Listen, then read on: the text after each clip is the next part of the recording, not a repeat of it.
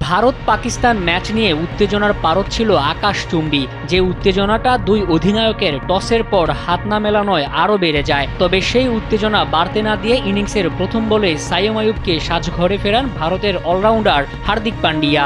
ইনিংসের দ্বিতীয় ওভারে বুমরার শিকার হয়ে ফেরেন বিধ্বংসী ব্যাটার মোহাম্মদ হারিস। পাওয়ার প্লেতে ভারতের আগুনঝরা বোলিংয়ের সামনে রীতিমতো পাকিস্তানি ব্যাটারদের অসহায় আত্মসমর্পণ।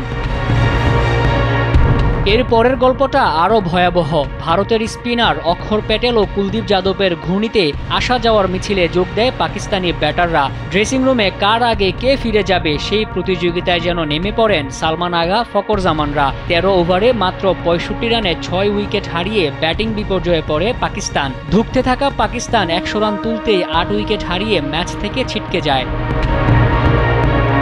শেষ দিকে শাহিন শাহ আফ্রিদি ঝড়ো ব্যাটিংয়ে ম্যাচে প্রাণ ফিরিয়ে আনেন। 16 বলে 33 রানের ক্যামিওতে পাকিস্তান 127 রানের সংগ্রহ পায়। কুলদীপ যাদব তুলে নেন 3 উইকেট। ভারতের ব্যাটিং লাইনআপের সামনে 128 রানের টার্গেট ডিফেন্ড করতে হলে পাকিস্তানি বোলারদের বিশেষ কিছুই করতে হবে। পাকিস্তানি বোলাররা কি সেটা করে দেখাতে পারবে? মোহাম্মদ মাসুম, কালবেলা।